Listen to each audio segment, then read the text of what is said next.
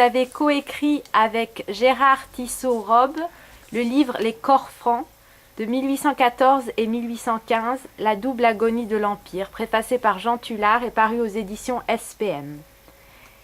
Pouvez-vous d'abord vous présenter?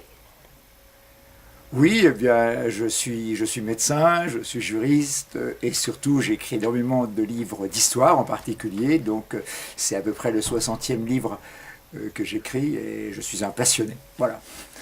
Pourquoi avoir choisi les corps francs cette fois? Eh bien parce que c'est une période de l'histoire qui était totalement inconnue, c'est-à-dire qu'à la fin de l'Empire, il est évident que quand les troupes étrangères sont arrivées, bien sûr, des Français se sont soulevés. Napoléon a voulu créer des unités paramilitaires qui étaient en fait des civils camouflés dans la population et quelque part personne n'en avait jamais parlé dans aucun bouquin d'histoire. Et l'idée de lever donc un des secrets de l'histoire de France, car ces gens-là ont été pourchassés bien sûr au moment de la Restauration, au moment de l'arrivée de Louis XVIII sur le trône, bien sûr ça méritait d'être raconté. Le problème c'est que les archives étaient très très rares et qu'il a fallu pendant 7 années fouiller dans les archives nationales, départementales, à la quête de ces hommes qui se sont battus contre les troupes autrichiennes, russes, etc., qui envahissaient le pays. Alors le sous-titre c'est Les combattants de l'impossible. Pourquoi l'impossible?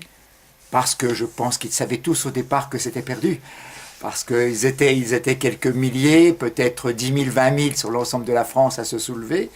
Mais face à des armées qui, elles, comptaient des centaines de milliers d'hommes, de Cosaques, des troupes allemandes, des troupes effectivement qui jadis avaient été nos alliés, certaines en Allemagne en particulier.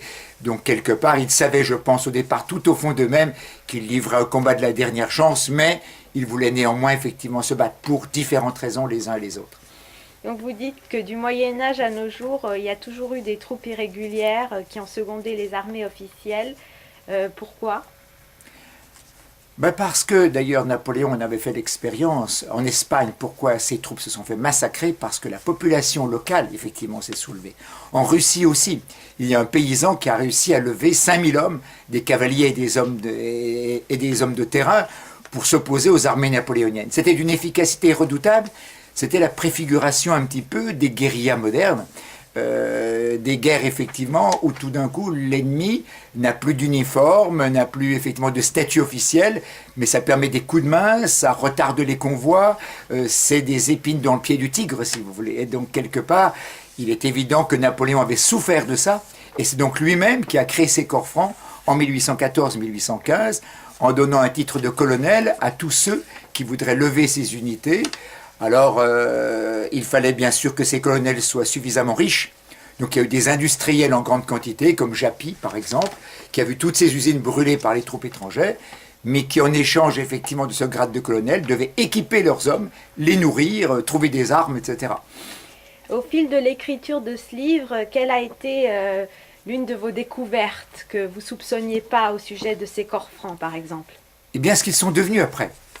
C'est-à-dire que certains ont été exécutés, bien sûr, par le pouvoir, sont passés devant des cours d'assises, des cours prévôtales, donc certains ont été fusillés, certains ont été décapités, mais d'autres ont fui à l'étranger. Certains, effectivement, on n'avait aucune idée de ça, ont créé l'imagerie d'Épinal, et c'est pour ça qu'on connaît effectivement toute l'épopée napoléonienne grâce à cette imagerie. Et puis d'autres sont allés se battre en Grèce pour essayer de défendre l'indépendance du pays. D'autres sont partis en Amérique latine, au Chili, en Argentine. Il y en a même un qui est devenu effectivement maréchal de l'armée du Shah de Perse.